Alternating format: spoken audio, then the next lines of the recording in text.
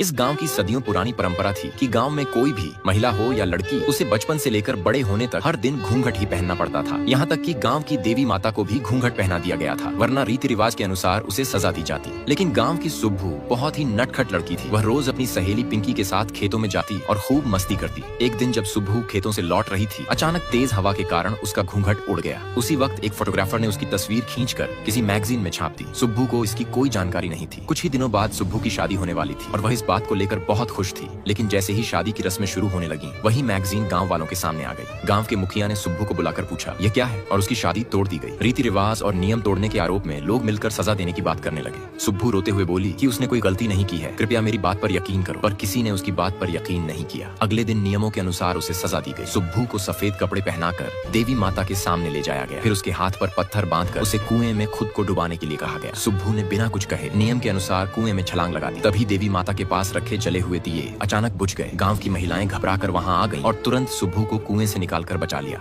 क्योंकि गांव का ऐसा ही नियम था। नेक्स्ट पार्ट के लिए लाइक और कमेंट करें।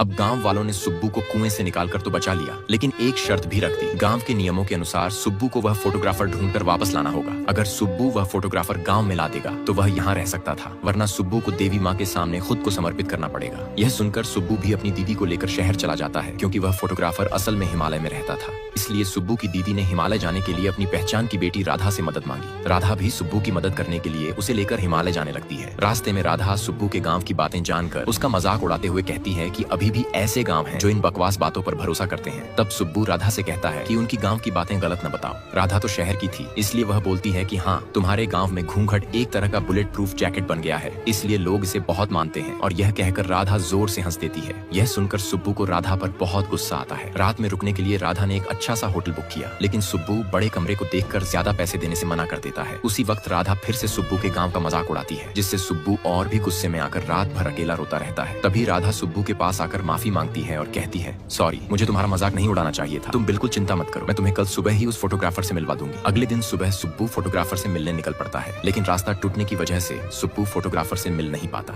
नेक्स्ट पार्ट के लिए लाइक और कमेंट करें। अब रास्ता टूटने की वजह से सुब्बू उस फोटोग्राफर से मिलने नहीं पहुंच पाता, इसलिए महेश्वर की शादी किसी और से कर दी जाती है, जबकि महेश्वर की शादी सुब्बू से होने वाली थी। जब यह बात सुब्बू को पता चलती है तो वह पूरी तरह उदास हो जाती है और जोर जोर से रोने लगती है। तभी कुछ शराबी लोग आते हैं, सुब्बू को अकेला पाकर उठाकर अपनी ट्रक में लेकर भागने लगते हैं। पीछे से राधा और सुब्बू की आंटी उन्हें देख लेती है और तुरंत उसी ट्रक का पीछा करने लगती है। कुछ देर बाद जैसे ही ट्रक वाले सामने से आते हुए बाइक वालों को देखते हैं, वे घबरा जाते हैं और उसी वक्त सुब्बू को ट्रक से नीचे फेंक देते हैं। उस समय आसपास मौजूद सब लोग मिलकर तुरंत सुब्बू की मदद करते हैं। यह सब देखकर सुब्बू पूरी तरह टूट जाती है और फूट फूट कर रोने लगती है। उदासी से बाहर निकालने के लिए राधा उसे मंदिर ले जाता है, लेकिन फिर भी सुब्बू उदासी से बाहर नहीं निकल पाती। इसीलिए वह अपने बचपन की यादों में खो जाती है। कैसे पहले उसकी माँ उससे कितना प्यार करती थी। अचानक माँ के गुजर जाने के बाद सुब्बू पूरी तरह अकेली हो चुकी थी। इसी बीच उसकी नजर एक किताब पर पड़ती है। गुस्से में वह उस किताब को फाड़ देती है और कहती है कि जो तुम इस घूंघट को बुलेट प्रूफ जैकेट कहते थे, मैं आज से इसे कभी नहीं पहनूंगी। इसी घूंघट की वजह से मेरी जिंदगी बर्बाद हो गई है, इसलिए मैं अपने गांव वालों को साबित करूंगी कि मेरी कोई गलती नहीं थी। यह कहकर सुब्बू फिर से रोने लगती है। तभी राधा उसे समझाता है कि यह घूंघट वाला मामला तेरा दोष नहीं है। तेरे गांव वाले अभी पुरानी रीति रिवाज मानते हैं, इसलिए खुद को दोषी मत मान, बल्कि अपने गांव वालों को सच्चाई दिखा। नेक्स्ट पार्ट के लिए लाइक और कमेंट करें।